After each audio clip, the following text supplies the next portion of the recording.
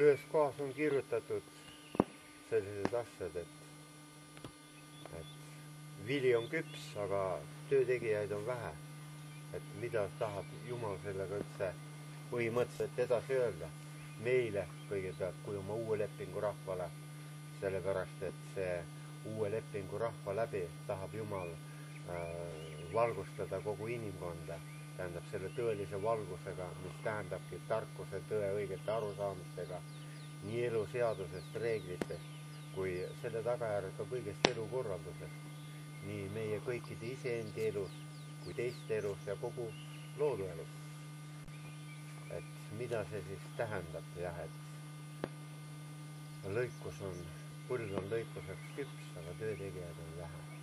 Ja Jumala tahe on, et meie kõigepealt kui uue lepingu rahvas, uue elu kooli õpilased, sest see ongi tänapäeval nimetusega tähendab võitja, külestus on Kristuse kirik, kogudus.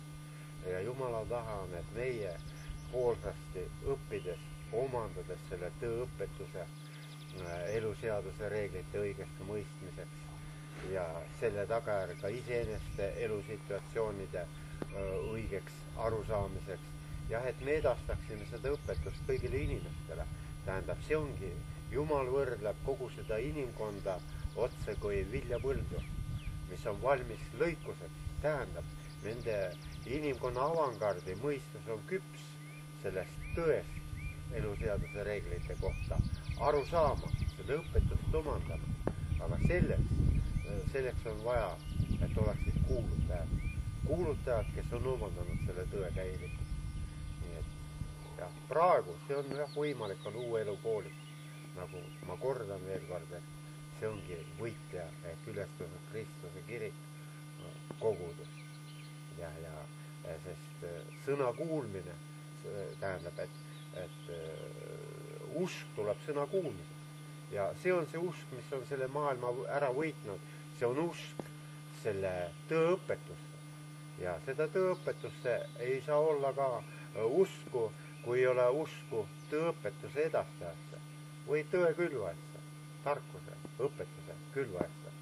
Ja see ongi see usk, mis võidab ära selle maailma, et inimene, saades aru, et tööõpetus on õige, ta omandab selle ja hakkab kandma õigeid meeleparanduse vilju ehk sünnitama seda uut elu, edastama seda uut elu kõigile soovijatele igal pool ja igal ajal.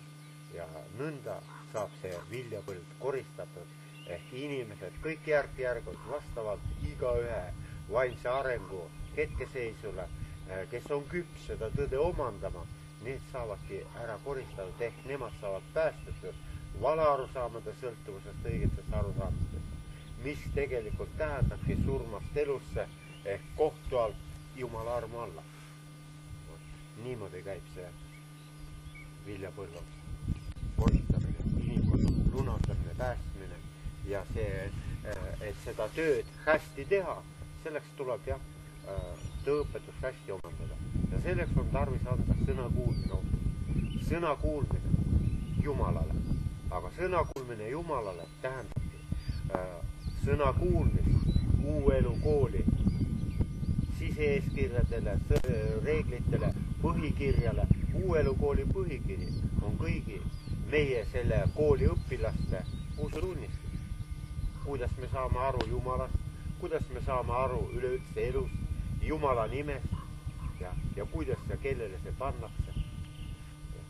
See on see nimi. Sest nimi, Jumala nimi, see ongi tema loomus, iseloom ehk Jumala pale, mille Jumala tahte järgi peavad omandama kõik inimesed järk-järgult. Ja nii, et see on Jumala loomus, iseloom ja see väljendub kõik tööõppimus. Just sellest eluseadusest reeglid õigeks arusaamiseks ja kõigest elu korraldusest õigeks arusaamiseks, nii meie endi kui teist elu. Aga kes on need petised töötegijad, millest piiblis on kirjutatud, et vale vennad ja petised töötegijad ja...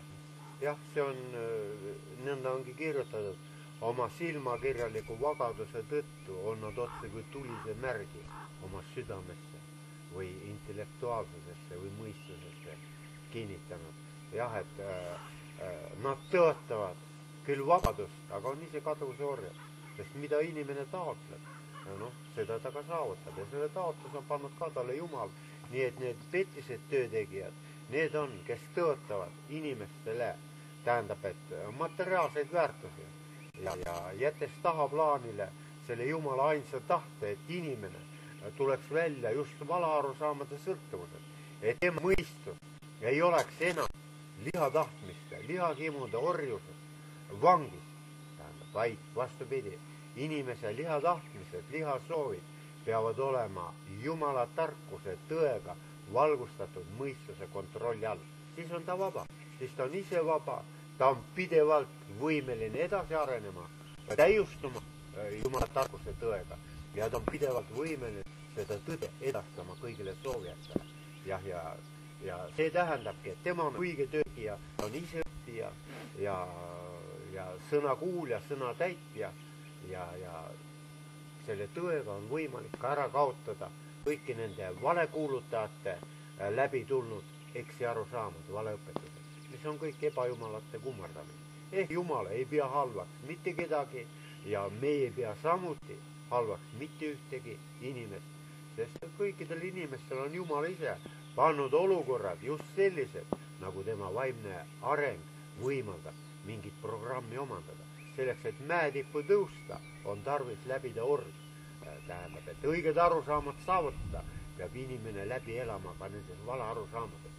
Saades aru, et see ei ole õige elustiil, et nõnda ei toimu edasi arengut ja siis ta pöördub sellest.